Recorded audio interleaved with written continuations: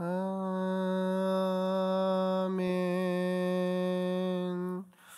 이 시간 오늘 보실 하나님의 말씀은 마가복음 4장 21절에서 25절까지 말씀입니다.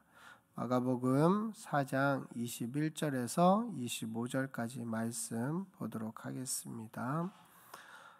또 그들에게 이르시되 사람이 등불을 가져오는 것은 말 아래에나 평상 아래에 두려함이냐 등경 위에 두려함이 아니냐. 드러내려 하지 않고는 숨긴 것이 없고 나타내려 하지 않고는 감추인 것이 없느니라. 들을 귀 있는 자는 들으라. 이르시되 너희가 무엇을 듣는가 스스로 삼가라. 너희의 헤아리는 그 헤아림으로 너희가 헤아림을 받을 것이며 더 받으리니 있는 자는 받을 것이요 없는 자는 그 있는 것까지도 빼앗기리라. 아멘. 오늘은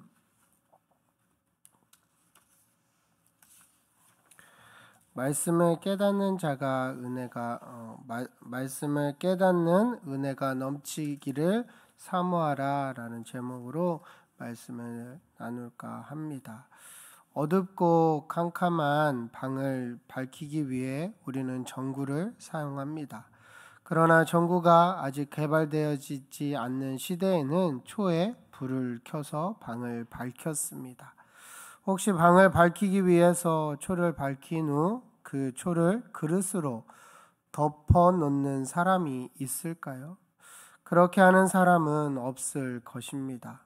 초를 그릇으로 덮으면 빛이 그 그릇에 가려 다시금 방이 어두워지기 때문입니다.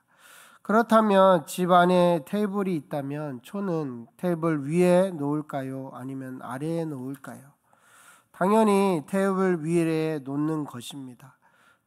테이블 아래에 초를 넣는다면 어떻게 밤에 저녁 식사를 하고 혹은 가족들끼리 서로 얼굴을 보며 대화를 나눌 수 있을까요?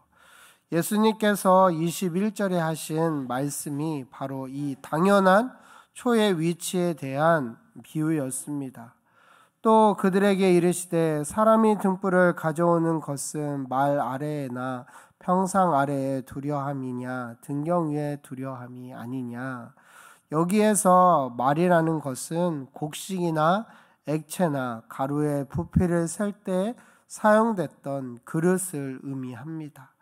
등불을 밝혀다가 그 그릇 아래 두는 사람은 없습니다. 또한 21절에 보면 평상은 쉽게 말하면 식탁 혹은 침대를 뜻합니다. 조명은 대부분 천장에 있습니다. 그런데 만일 조명이 침대 아래 혹은 식탁 아래에 있다고 상상해 보십시오. 방이 얼마나 어둡고 눈이 침침할까요? 등불은 어디에 있어야 하는 것이 맞을까요? 바로 등경, 즉 등잔대에 두어야 합니다. 등불은 사방을 환하게 밝히기 위해 존재합니다. 따라서 등불을 켜서 그릇 속에 두거나 침대 밑에 두어 빛이 못 비치게 하는 사람은 없을 것입니다. 예수님은 이 세상의 빛으로 오셨습니다. 그래서 예수님은 역사의 뒤편에 조용하게 숨어서 사역하지 않으시고 모든 사람에게 빛을 비출 수 있도록 전면에 나오셨습니다. 21절의 말씀을 보면 이렇게 기록하고 있습니다. 드러내려 하지 않고는 숨긴 것이 없고 나타내려 하지 않고는 감추인 것이 없느니라. 세상의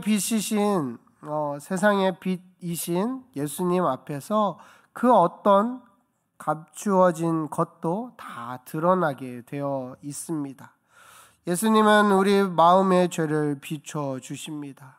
이전에는 착한 사람인 줄 생각하고 살았는데 빛이신 예수님을 만나고 보니 나 같은 죄인도 또 없음을 깨닫게 됩니다. 예수님을 만나기 전에는 세상이 전부인 줄 알았는데 진리의 빛을 비추고 나니 영원한 하나님의 나라가 참으로 가치 있는 것인 줄을 깨닫게 됩니다. 예수님이 오시기 전 사람들은 바리새인이나 서기관들이 빛인 줄 알았습니다. 그러나 참 빛이신 예수님께서 오시자 바리새인들과 서기관들이 얼마나 거짓되고 미움이 가득한 사람들인 줄 보게 되었습니다.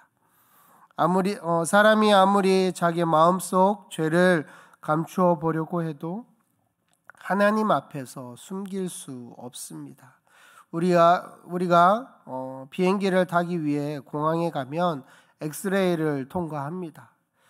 아무리 가방 밑에 꽁꽁 숨겨도 그 엑스레이 빛을 비추면 어떻게 됩니까? 다 드러나는 것처럼 세상의 빛으로 오신 예수님 앞에서 세상에 드러나지 않는 것이 무엇이 있을까요?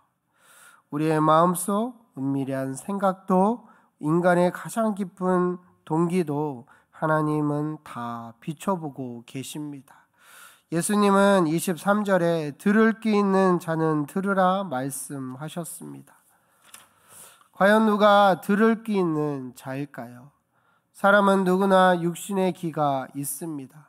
그러나 귀가 있다고 다 듣는 자가 아닙니다. 마음으로 깨닫고 받아들이려는 태도가 있는 사람입니다. 즉 하나님의 나라의 비밀은 좋은 땅과 같은 마음을 가진 자, 말씀을 받으려고 행하는 자만이 깨닫는 비밀이라는 것입니다. 오늘 본문에서 듣는다라는 말은 육신의 귀로 들어오는 소리를 듣는 것을 말하는 것이 아닙니다. 영적인 귀를 열고 진지하게 하나님의 말씀을 듣는 자들을 가리킵니다. 빌립보서 2장 5절에서 11절 말씀에 이렇게 선포하고 있습니다. 너희 안에 이 마음을 품으라. 곧 그리스도 예수의 마음이니 그는 근본 하나님의 본체시나 하나님과 동등됨을 취할 것으로 여기지 아니하시고 오히려 자기를 비워 종의 형체를 가지사 사람들과 같이 되셨고 사람의 모양으로 나타나사 자기를 낮추시고 죽기까지 복종하셨으니 곧 십자가의 죽으심이라.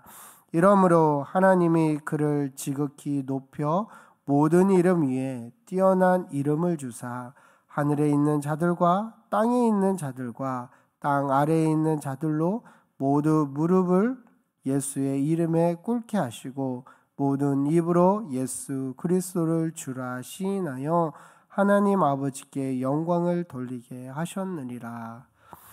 빛으로 오신 예수님이 세상에 선포하신 것이 무엇일까요? 그것은 바로 하나님의 나라, 곧 등불은 예수님께서 십자가를 통해 이루실 하나님의 구원, 하나님의 용서, 하나님의 사랑, 하나님의 통치였습니다.